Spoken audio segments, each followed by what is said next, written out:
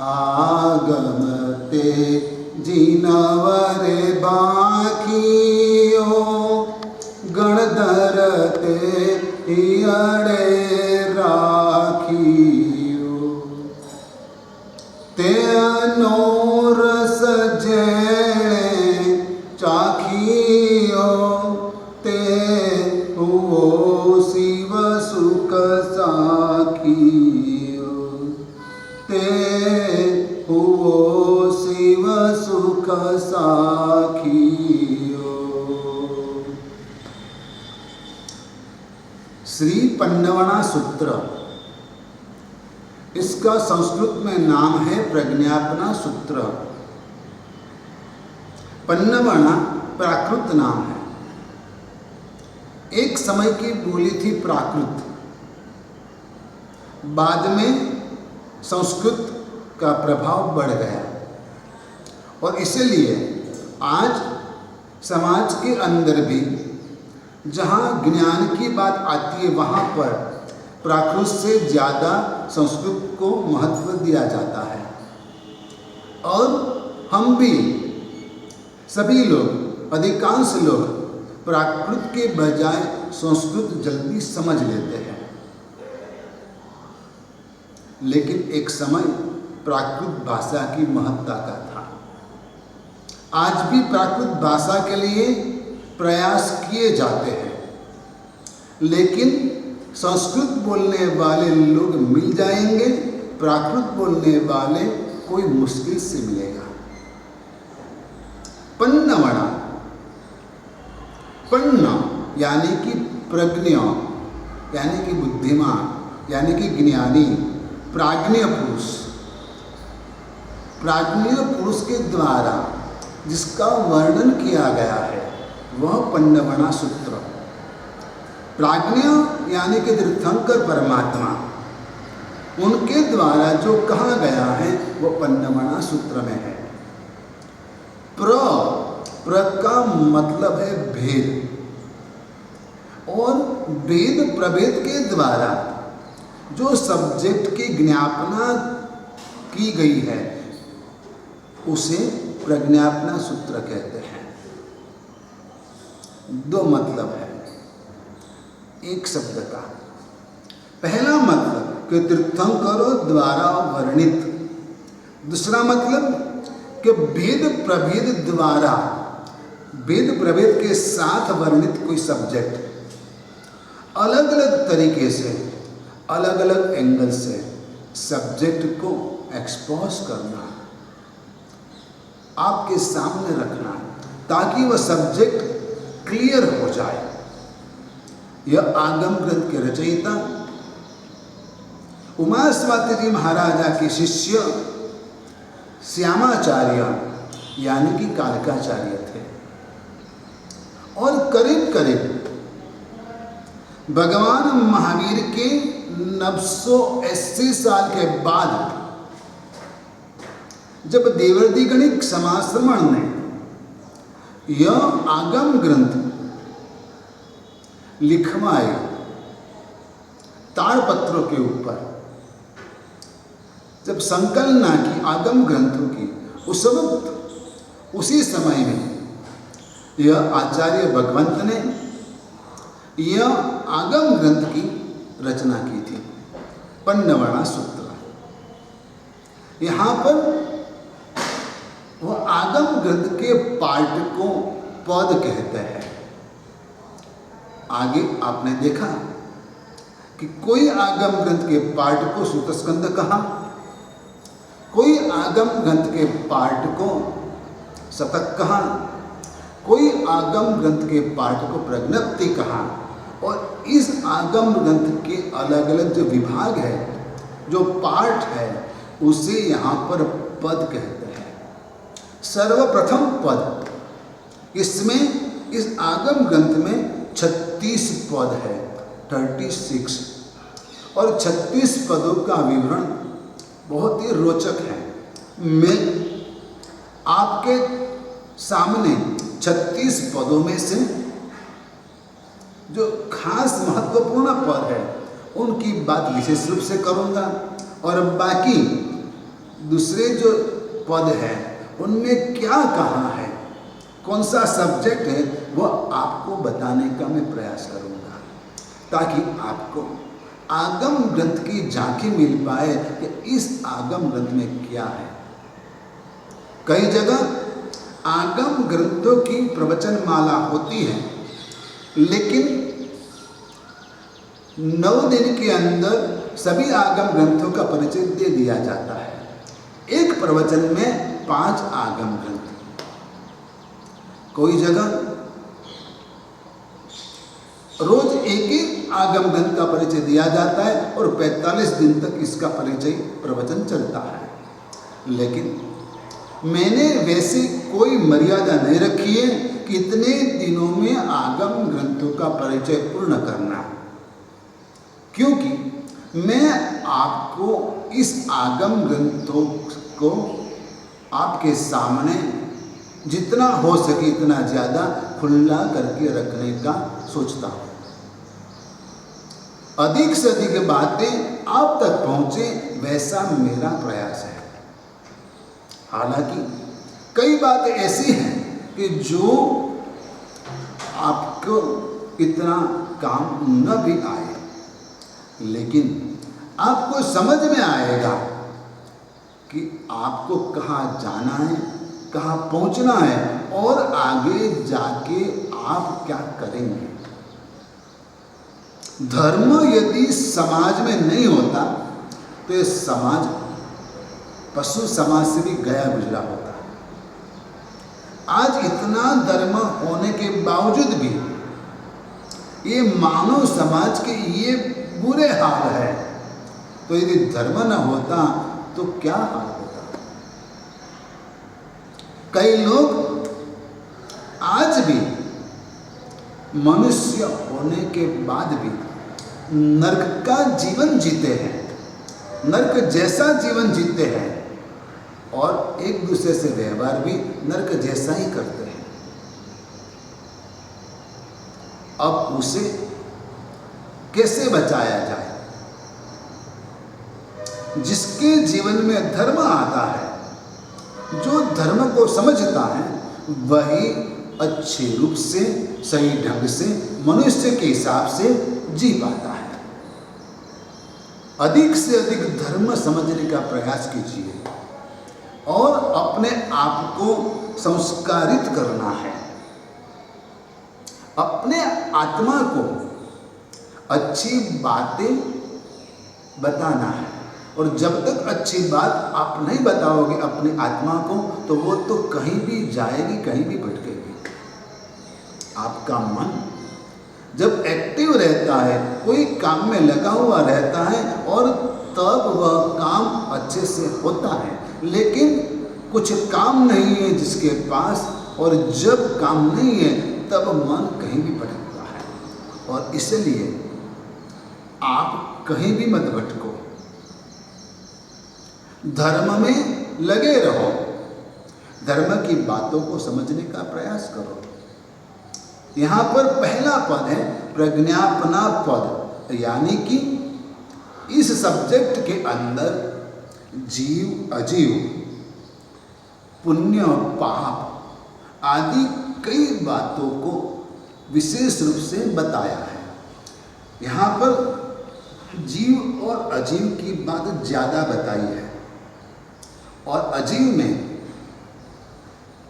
धर्मास्तिकाय, अधर्मास्तिकाय, आकाशास्तिकाय, पुद्गलास्तिकाय और काल, यह विशेष रूप से बताया है, जिसके बिना हमारा उठना बैठना चलना कुछ संभव नहीं है। और आज तक ऐसे सब्जेक्ट को किसी ने छुआ नहीं है। साइंस जिसे इथर कहता है, यहाँ जैन शासन उसे 2 हिस्से में बांटता है, धर्मास्तिकाय और अधर्मास्तिकाय। यानी कि जीव और जड़ को हलन चलन में जो सहायता करता है वह धर्मास्तिका है। जीव और जड़ को स्थिर रहने में जो सहायता करता है वह अधर्मास्तिका है। और यह धर्मास्तिकाएं और अधर्मास्तिकाएं 14 राजलोक के अंदर है, बाहर नहीं है। आकाशास्तिकाय, आकाश माने स्पेस, जीव और जड़ को जो जगह देता है, जो शून्य स्वरूप है, लेकिन उसको भी द्रव्य माना है कि एक द्रव्य है और वह द्रव्य हमें स्पेस देता है। पुद्गलास्तिकाय यानी कि मैटर, थिंग, कोई चीज। ढेर सारे पुद्गल इस सृष्टि के अंदर है, ढेर सारे तरह के पुद्गल इस सृष्टि के अंदर है। पुद्गल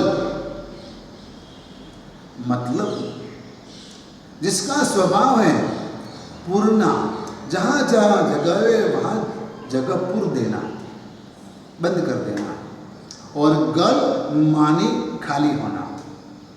पुद्गल का स्वभाव है पूरन गलन सडन।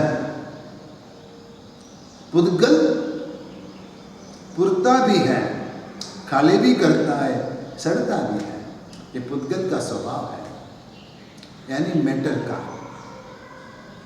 सूखा लकड़ा है, जो लकड़े में जीव नहीं है वो धीरे धीरे धीरे धीरे गलता जाएगा।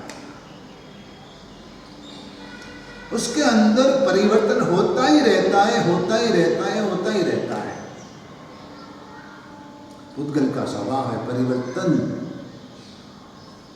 यह अजीव तत्व है। काल यानी कि समय, जिसके आधार पर जो व्यवस्था चलती है, समय गणना कितना पुराना है वह काल। वर्तमान समय बहुत सूक्ष्म है, लेकिन काल गणना के लिए दिन, रात, सप्ताह, पक्ष, महीना, आयन, ऋतु, वर्ष, युग, ऐसे कई शब्द हमारे पास है जिससे हमें समय का पता चलता है। जैन धर्म उसमें भी बहुत डीप में गया है, और वह काल गणना के अंदर आरा, पहला आरा, दूसरा आरा, तीसरा आरा, ऐसे 6 आरे एक अवसर्पिणी काल में, 6 आरे एक उत्सर्पिणी काल में, वैसा एक पूरा काल चक्र होता है। वैसे कितने ही काल चक्र हो चुके हैं, बीत चुके हैं, और कितने ही काल चक्र होंगे, लेकिन इसकी कोई मर्यादा नहीं है। अगणित काल है। काल भी एक तत्व है कि जो हमें हमारी आयु का समझ देता है, गिनती की समझ देता है, और काल भी एक तत्व है। ये सभी बातें इस आगम ग्रंथ में बताई गई है। प्रज्ञापना पद, इसके बाद है दूसरा पद अजीव द्रव्य। अजीव द्रव्य जो है, जो मैंने अभी आपको बताया है, वो अजीव द्रव्य के अंदर जो पुद्गल है, पुद्गल की खास पहचान, पुद्गल की खास पहचान, पुद्गल में वर्ण यानी कि रंग होता है, पुद्गल में गंध, स्पर्श, रस आदि गुण होता है, और इसलिए वह पुद्गल द्रव्य जो है वह रूपी है, यानी कि उसे हम देख पाते हैं। धर्मास्तिकाय, अधर्मास्तिकाय और काल को हम देख नहीं पाते हैं, लेकिन वह अनुभव से समझ में आते हैं। लेकिन पुद्गल द्रव्य जो है वह शब्द, रस, स्पर्श, गंध आदि से समझ में आता है, इसलिए उसे देख पाते हैं। अब दूसरा जो पद है वह स्थान पद। स्थान पद का मतलब है नरक, त्रियंच, मनुष्य और देव। मृत्यु तक जिस जगह पर रहते हैं वह उनके लिए स्वस्थान कहा जाता है। मनुष्य मनुष्य लोक में रहता है, देव देवलोक में रहता है, नरकी नरक में रहता है, और त्रिंज जो है वह भी मनुष्य लोक में रहते हैं। तो उनके लिए वह स्वस्थान हुए। तो किसके कौन से स्थान है वह यहाँ बताने का प्रयास किया है। और सिद्ध भगवंत जो है वह लोक के ऊपर लोकाग्र भाग में होते उनका वहाँ स्थान बताया है। अब तीसरा पद बहु वक्तव्यता, अल्प बहुत्व, यानी कि जो भी जीवात्माएं हैं उसमें कौन से जीव कितने हैं उनकी गिनती यहाँ पर बताई है। जैसे कि इस सृष्टि में मनुष्य सबसे कम है। चाहे भले ही आप कहो पॉपुलेशन बहुत बढ़ गया है, लेकिन इस सृष्टि में मनुष्य की संख्या बहुत ही कम है।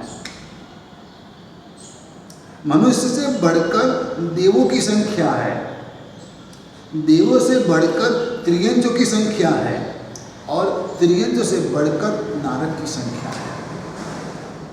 यानी कि उनका अल्प बहुत्व का विषय यहाँ पर बताया है।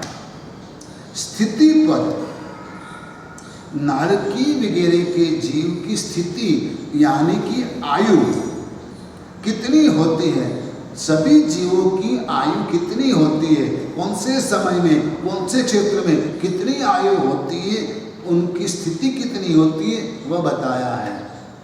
यहाँ पर वर्तमान काल के अंदर मनुष्य की आयु कितनी है आपको पता है, 100 साल। लेकिन अवसरपीढ़ी काल के प्रारंभ के अंदर चौथे आर्य में अधिक से अधिक आयु 84 लाख पूर्व की थी। लेकिन अब ये 5वां आरा चल रहा है और छठे आरे में मनुष्य की आयु अधिक से अधिक 20 साल की होगी, क्योंकि समय परिवर्तन लाता है। आज जो वर्ल्ड के अंदर सब आपको चेतावनी दे रहे हैं कि जंगल खाक हो रहे हैं, दरिया इतना पानी बहाएगा या तो हिमशिलाएं पिघलेगी तो कई सिटी पानी में गर्क हो जाएंगे। और आज देखो टेम्परेचर कितना बढ़ रहा है। एक दिन ऐसा आएगा, इतना टेम्परेचर बढ़ जाएगा कि दिन के समय में मनुष्य घर से बाहर निकल नहीं पाएगा। उसको भोजन पाने के लिए रात्रि के समय को ही बाहर निकलना पड़ेगा। इतनी भयंकर गर्मी, इतनी भयंकर धूप, इतना भयंकर टेम्परेचर इस धरती पर हो जाएगा। ये छठे आरे की बात है। अभी 5वां आरा चल रहा है और 5वें आरे के करीबन 2500 से ज़्यादा बरस बीत चुके हैं। ये 5वें आरे के कुल वर्ष 21,000 है। जब यह समय व्यतीत हो जाएगा उसके बाद के 21,000 साल तक ऐसा जीवन मनुष्य को जीना पड़ेगा। उस समय धर्म शब्द भी नहीं होगा, धर्म करने की बात आएगी नहीं, क्योंकि खाना पीना सिर्फ मांसाहार के अलावा कुछ नहीं होगा। समंदर के किनारे पर रहना पड़ेगा और मछलियां खा के जीना पड़ेगा। इतना भयंकर काल आएगा, परिवर्तन इतना भयंकर आएगा। मतलब यहाँ पर स्थिति पद के अंदर कौन से काल में कौन से क्षेत्र में कितनी आयु कौन से जीव की होती है उनका वर्णन इस पद में बताया गया है। 5वां पद विशेष पर्याय पद। यानी कि जीव पर्याय और अन्य जीव पर्याय के साथ अजीव पर्याय की अन्य अजीव पर्याय के साथ तुलना करके इसका वर्णन इस पद में बताया गया है। यानी कि जीव यानी कि मनुष्य, कोई भी जीव, उसकी तुलना और जीव से करके यहाँ पर समझाया गया है। वैसे अजीव को भी, अजीव तत्वों को भी समझाया गया है। व्युत्क्रांति पद यानी कि मनुष्य गति आना, एक गति से दूसरी गति में आना, एक गति में से दूसरी गति में जाना, गति और आगति, उसका वर्णन यहाँ पर बताया है कि एक जीव मनुष्य गति को छोड़कर दूसरी गति में जाता है और दूसरी गति में से मनुष्य गति में आता है, तो कौन कौन से जीव कैसे आते हैं, कैसे जाते, वो आगति और गति का वर्णन इस पद में कहा है। श्वासोच्छ्वास पद, नारकी के जीवन के अंदर सतत श्वास लेना और छोड़ना रहता है, कंटिन्यू। देवलोक के अंदर श्वासोच्छ्वास की गति बहुत मंद होती है। जितने सार्वभौम का आयुष्य रहता है उतने पक्ष के बाद वह श्वासोच्छ्वास लेते हैं और छोड़ते हैं। मनुष्य और त्रियंच गति के अंदर तीव्र और मंद दोनों तरह की श्वासोच्छ्वास की क्रिया चलती है। यानी कि कभी कभार हम जल्द से श्वासोच्छ्वास लेते हैं बहुत झड़प से, और कभी कभार हम चैन से शांति से श्वासोच्छ्वास लेते हैं। नरक के अंदर प्रतिपल चालू चालू सतत, जैसे किसी को दमा की बीमारी हो गई, दम की, वैसे नरक गति के जीवों के हाल होते हैं। देव गति के अंदर 15 दिन में एक बार सांस लेते हैं, क्योंकि उनकी आयु इतनी लंबी है और चैन से जीते, उनको कोई प्रॉब्लम नहीं है। आपकी सांस क्यों फूल जाती है, क्यों भर जाती है? आपको पता है कि जब आपको गुस्सा आता है, जब आप टेंशन में रहते हो, जब आप भागते हो, जब आप क्रोधित हो, आवेश में हो, तब आपकी सांस फूल जाती है, तब आपकी सांस भर जाती है। लेकिन नॉर्मल यदि कोई शांति से बैठा है, उनकी सांस आराम से चलती है। एक बात याद रखना कि आपकी आयु का आधार सांस है, श्वासोच्छ्वास है, और आप जितना जल्दी श्वासोच्छ्वास लेंगे, छोड़ेंगे, उतना जल्दी इतना आयु आपका कम होगा। आयु की गिनती का आधार श्वासोच्छ्वास है कि कितने श्वासोच्छ्वास तक ये जिंदा रहेगा। करोड़ों, अब्जों, लाखों, कितने नहीं। लेकिन आप क्रोधित होकर जल्दी सांस लेते हैं तो आपकी आयु कम होती है। आवेश में आते हो और उस सांस जल्दी से लेते हो तो आपकी आयु कम होती है। लेकिन जो चैन से जीता है, शांति से जीता है, उनकी श्वासोच्छ्वास नॉर्मल गति से, उनकी रिदम नॉर्मल हो जाती है। और इसलिए आज देखो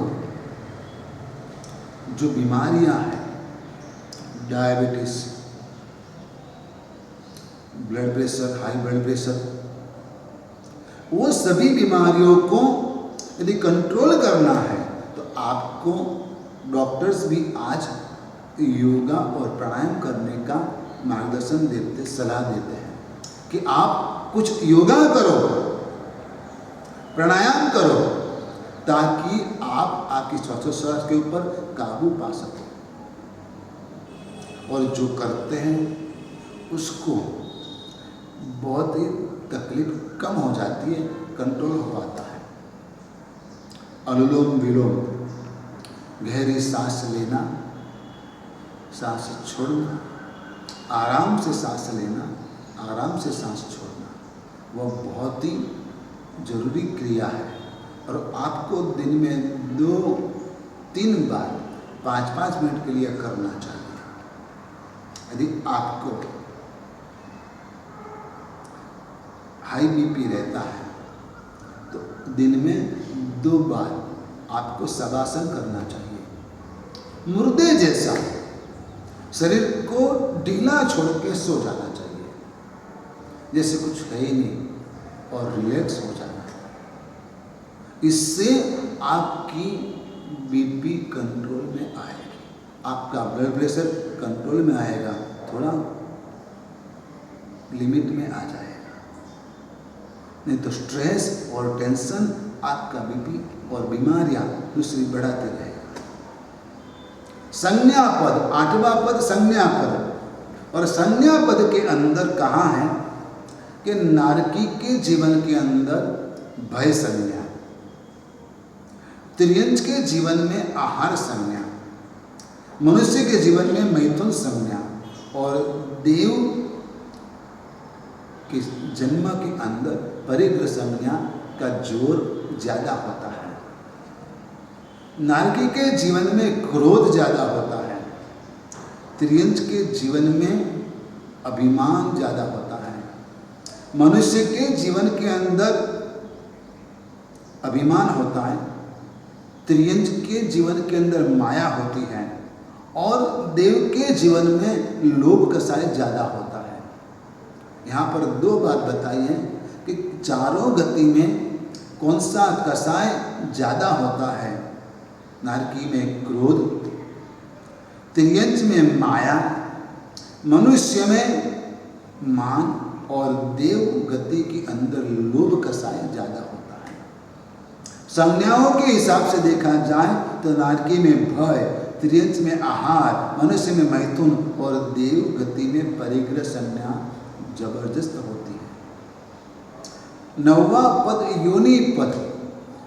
योनि पद का मतलब यह है कि जीव की उत्पत्ति जहाँ होती है उसे योनि कहते हैं, और ऐसी 84 लाख योनि है। जैन शास्त्रों में इसका विवरण आता है। पृथ्वी के जीव यानी कि मिट्टी वगैरह, पत्थर वगैरह, चट्टान वगैरह जो खदानों में से निकलता है, वह सब मिट्टी के जीव की उत्पत्ति स्थान 7 लाख है। 7 लाख पृथ्वी का है। पानी की उत्पत्ति स्थान भी 7 लाख है, मतलब 7 लाख तरह के। 7 लाख पृथ्वी का है, 7 लाख अब का है, 7 लाख देव का है। अग्नि की उत्पत्ति के स्थान यानी कि योनि 7 लाख तरह की है, और मनुष्य की उत्पत्ति की योनि के प्रकार 14 लाख है। उसमें से एक विशेष बात मैं बताना चाहता हूं आपको कि तीर्थंकर परमात्मा की जो माँ होती है, उनकी योनि कुर्मोन्नता, यानी कि जैसे कछुआ उसके ऊपर कवर रहता है, वैसे कुर्मोन्नता योनि होती है तीर्थंकर की माता की। और चक्रवर्ती की जो माता रहती, चक्रवर्ती का जो स्त्री रत्न रहता है, चक्रवर्ती की पत्नी मुख्य पटरानी, जो कभी कोई संतान को जन्म नहीं दे पाती है, उनकी योनि शंखावर्ता होती है। जैसे कि शंख के अंदर गोल गोल गोल आवर्त होते, वैसी उसकी योनि होती है। और बाकी स्त्रियों की योनि वंशपत्रा यानी कि बांबू, बांस जो रहता है उसके पत्ते जैसी होती है। यह इतना डीप में जिन शासन में बताया है, वर्णन किया गया है। और इसके बाद जितने भी पौधे उसके बारे में मैं आपको 1 बाय 1 समझाने का प्रयास करूंगा, लेकिन वह कल धर्मलाभ आशीर्वाद।